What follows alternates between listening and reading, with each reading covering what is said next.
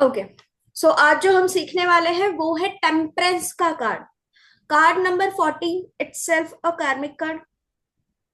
अभी कार्मिक किस तरीके का कार्मिक है? ये knowledge and wisdom and hope का कार्मिक है। टेम्परेंस हमें क्या बताता है? जो हमने द फूल की जर्नी में सीखा था, दैट जर्नी के बाद क्या होता है? एक नई शुरुआत।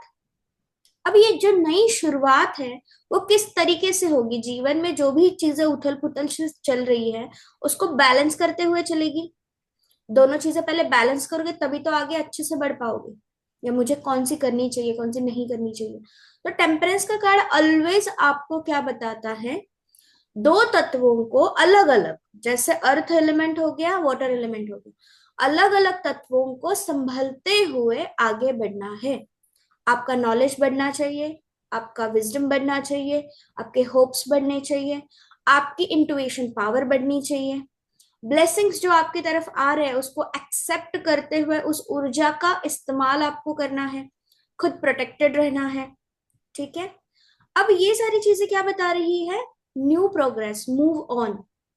ये जो सन हमें नजर आ रहा है, एक पाथ नजर आ रहा है, एक यहाँ पे माउंटेन नजर आ रहा है, फिर हमें आइरिस नजर आ रहा है, वाटर है, अर्थ है, विंग्स है, एंड वाइट टोटल कपड़े पहने हुए एक एंजल है विद द प्रोटेक्शन। अगर आप सिंबोलॉजी की बात करें तो जो यहाँ पे सिंबल है सर के ऊपर वो सन को रिप्रेजेंट करता है। एस्ट्रोलॉजिकल अगर उसकी सिंबोलॉजी हम देखें तो, और उसके पीछे भी लाइट्स आ रही है, एनलाइटमेंट नजर आ रही है। ये क्या है? सब कुछ क्या बताने की कोशिश कर रहा है? टेम्परेंस के सिंबल्स। कप अगर है तो वहां पे इमोशंस कंफर्म है। वाटर अगर कार्ड में है तो वहां पे इमोशंस कंफर्म है। अब ये किस तरीके के हैं इसको देखना है।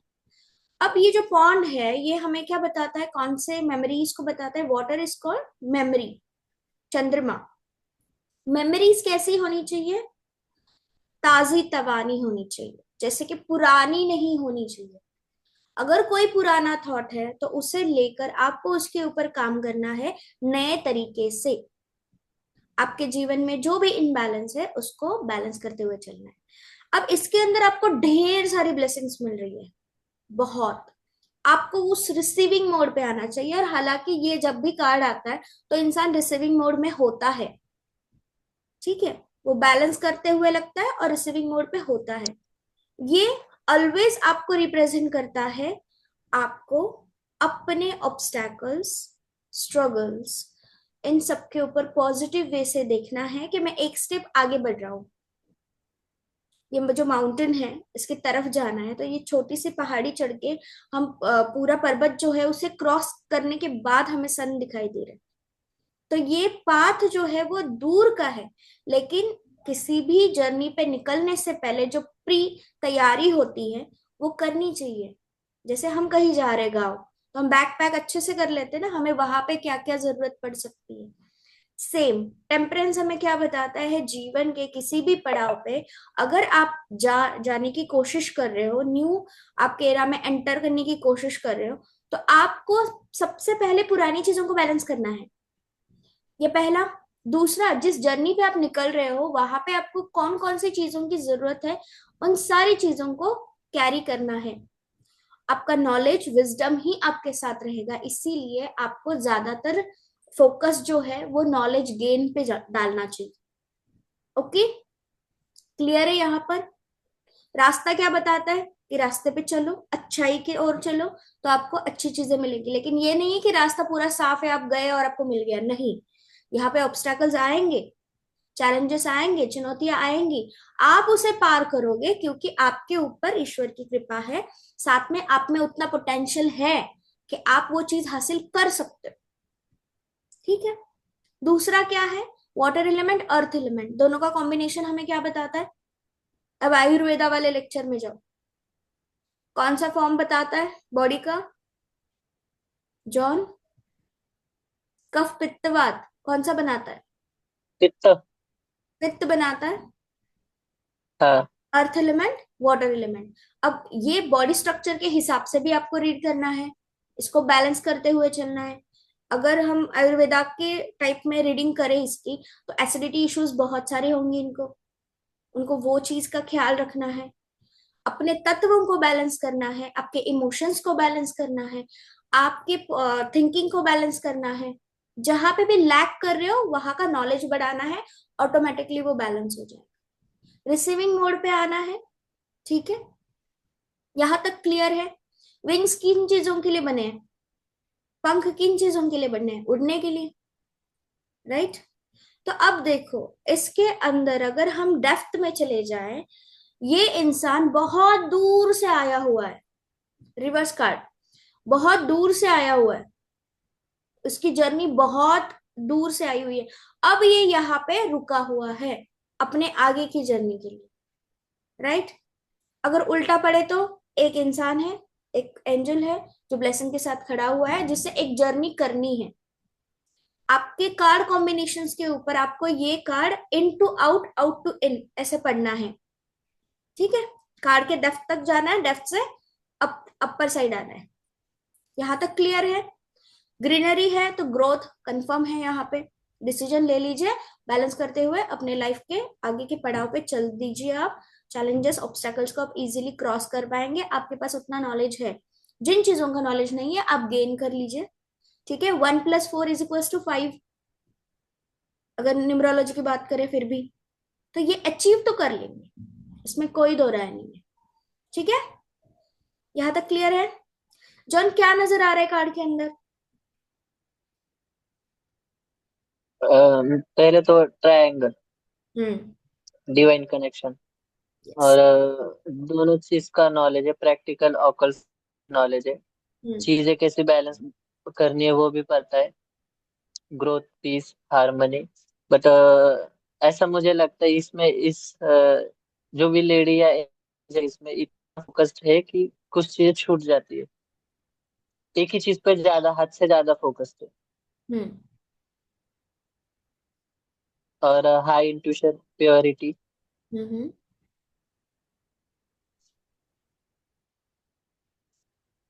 बस। ओके, सीमा मैम, अनम्यूट योरसेल्फ।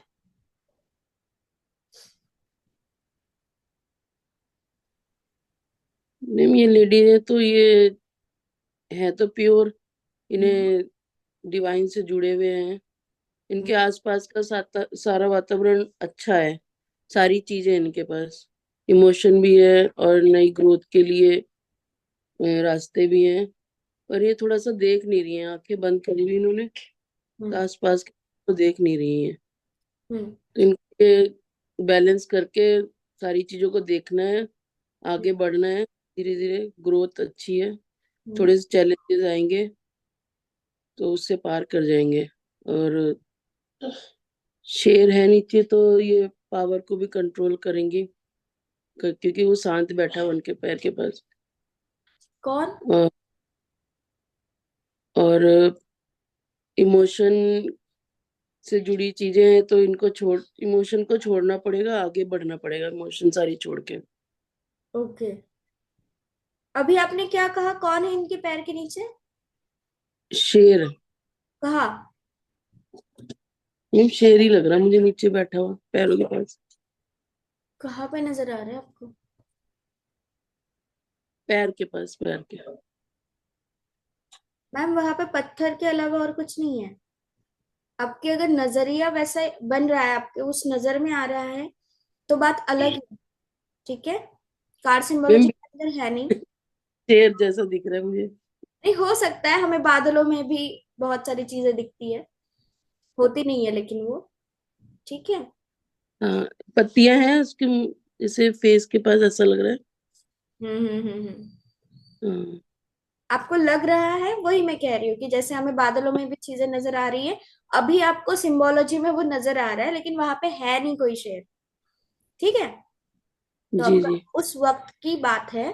अगर इंटुइटिवली आपको कोई भी सिंबल कन्वर्टेड लगता है किसी और जोन में, तो उसकी प्रिडिक्शंस अलग होती है। वो आप प्रोफेशनल लेवल में सीखेंगे कि उसको किस तरीके से रीड करना है। उसको इंटुइटिव सिंबोलॉजी कहते हैं, साइकिक रीडिंग।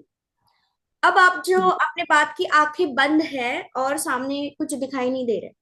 मैम देखिए, इनके पीछे जो एनलाइटमेंट हुई है, ठीक है, और सर के ऊपर जो सन है, ये किन चीजों हम्म। को बता रहा है? मैम ये आंखें बंद करके भी देख सकते हैं एग्जैक्टली चीज, कौन सी दृष्टि है इनके पास? दूर दृष्टि। ठीक है। दूर देख। हाँ। तो इंटुइशन पावर इनकी हाई होने की वजह से, सेंसेस हाई होने की वजह से, ये आगे आने वाली चुनौतियों को पहले ही भाप लेंगे, इसलिए तो वो आसानी से क्रॉस कर पाएंगे। हम्म। तो बस आंखें बंद है इसीलिए आपको कुछ दिखाई नहीं दे रहा, ये कहना अलग बात है। आपको कौन सी दृष्टि का इस्तेमाल करना है? आपको अपने दूरदर्शी दूर का दृष्टि। इस्तेमाल करना है, सिक्स सेंस का इस्तेमाल करना है इसके अंदर। हम्म, ठीक है। तो ये कार्ड समझ में आ गया? जी जॉन मैम। सीमा मैम, ओके। अब हम जी मैम। नेक्स्ट कार्ड पे बढ़े।